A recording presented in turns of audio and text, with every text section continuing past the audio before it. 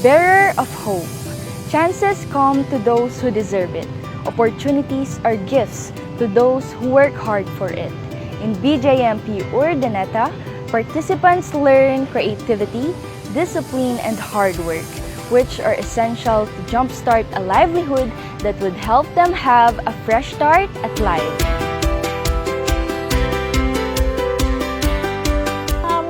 Title ng programa para sa aming mga PDL or Persons Deprived of Liberty is livelihood ko tulay sa kinabukasan ko ho.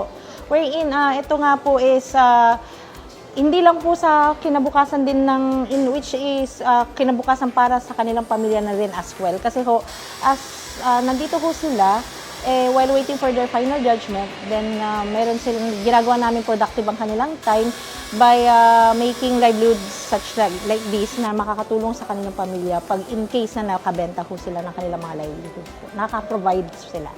Actually, yung mga hindi naman po makakapagbigay ng kita nila sa pamilya nila because siguro dahil malayo yung pamilya nila or talagang ulilang lubos na, iniipon-ipon po nila yon, and then after nun, pwede nilang pang gastos sa mga relatively sa kanilang mga kaso, ganyan, pag-usan ng kanilang mga kaso, ganyan, or mga kailangan, kagaya ng mga gagastusin nila in case na they are be transferred sa DTRC. Meron pong partnership dito ang Tourism Office ng Urdaneta, which is called One Town, One Product, wherein ini-include ho ang Urdaneta District Jail Male Dormitory sa kanilang mga pag-display ng kanilang mga livelihood products. Lahat ng products ho namin dito sa jail, dinidisplay po doon sa tourism.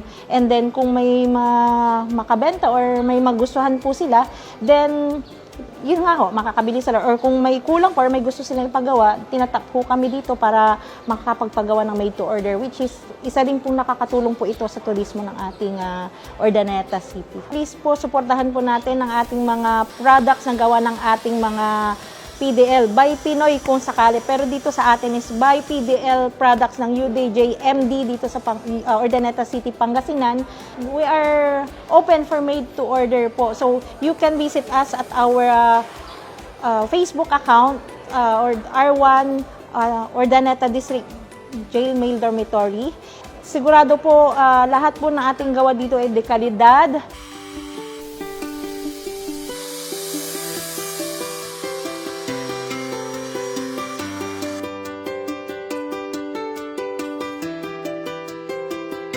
Natutulungan po natin ang ating mga PDL sa kanilang pang-araw-araw na mga pangangailangan po, nabibigyan po sila ng hope.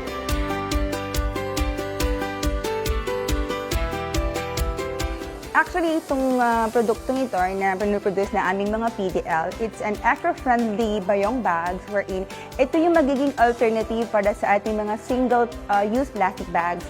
It reduces the plastic waste sa ating community. So instead of using cellophane or yung mga single-use plastics product, pwede siyang gamitin itong bayong bags na to as an alternative. As a matter of fact po, nakakuha po ang Urdaneta District Jail Female Dormitory ng award. Ito lang pong January 24. Dahil nga po sa aming innovative, dahil po sa mga bayong bags na to, innovative na products para sa ecological solid waste management program ng ating DNR EMB.